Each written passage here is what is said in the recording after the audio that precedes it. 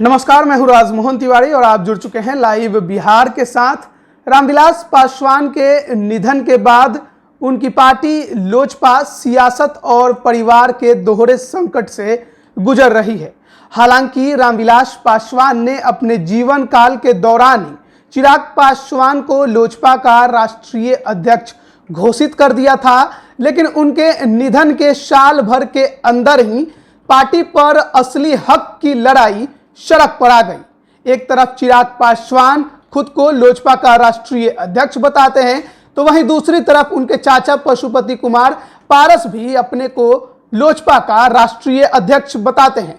वहीं बतौर लोजपा सांसद पशुपति कुमार पारस केंद्र के मोदी मंत्रिमंडल में मंत्री भी हैं।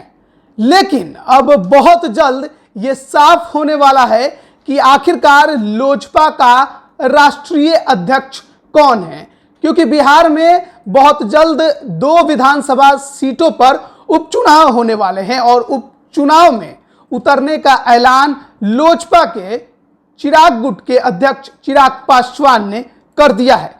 अगर चिराग उपचुनाव के 2 सीटों पर अपना उम्मीदवार उतारते हैं तो यह पता चल जाएगा कि लोजपा पर असली हक किसका है।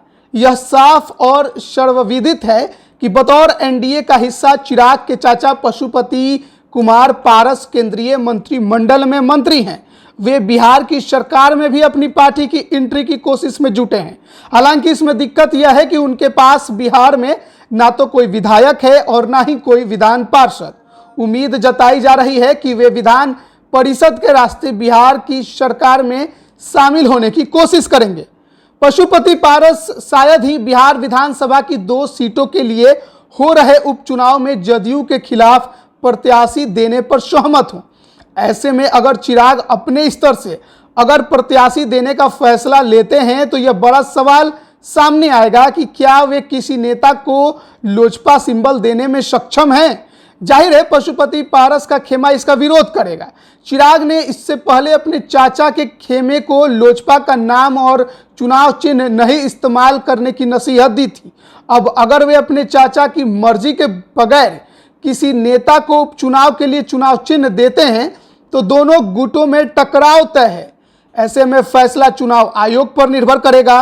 चुनाव आयोग किसे लोजपा का अध्यक्ष मानता है, ये सामने आ जाएगा। लोजपा के निर्वाचित प्रतिनिधियों की बात करें तो ऐसे नेता केवल लोकसभा में हैं। राज्यसभा में इस पार्टी का कोई सदस्य नहीं है।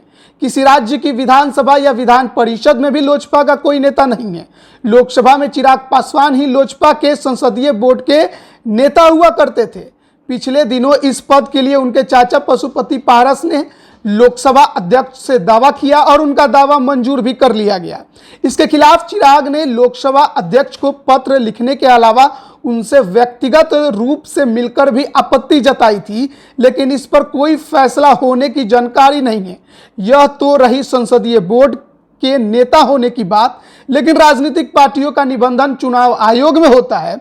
अब चुनाव आयोग किसे लोजपा का राष्ट्रीय अध्यक्ष मानता है ये वक्त बताएगा, लेकिन कई बार अपने संबोधन में चिराग पासवान ने इस बात का हमेशा जिक्र किया है कि आप चुनाव आयोग में जाकर पता कीजिए कि लोजपा का राष्ट्रीय अध्यक्ष कौन है, क्योंकि बतौर चुनाव आयोग में लिखित के तौर पर जो राष्ट्रीय अध्यक्ष का नाम है वो चिराग पासवान का है, ऐसा उनका कहना है।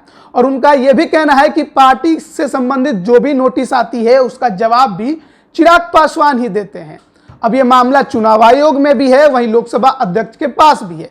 अब देखना यह है कि उपचुनाव का जब ऐलान चिराग पासवान करेंगे और जब सिंबल का बंटवारा करेंगे तो फिर पशुपति कुमार पारस इसका विरोध करते हैं या नहीं करते हैं, और अगर विरोध करते हैं तो क्या चुनाव आयोग उनकी बात सुनती है या नहीं सुनती है। इतना तय है कि बिहार विधानसभा की 2 सीटों पर होने वाला उपचुनाव लोजपा में खड़े झगड़े को काफी हद तक लोगों के नजर में साफ कर देगा कि आखिर लोजपा पर असली अधिकार किसका है। अब इंतजार है चुनाव आयोग के फैसले का। बने रहिए लाइव बिहार के साथ, तमाम अपडेट हम आप तक पहुंचाते रहेंगे। आप सभी का बहुत बहुत धन्यवाद। लाइव बिहार यूट्यूब पर सब्सक्राइब और फेसबुक पर लाइक जरूर करें।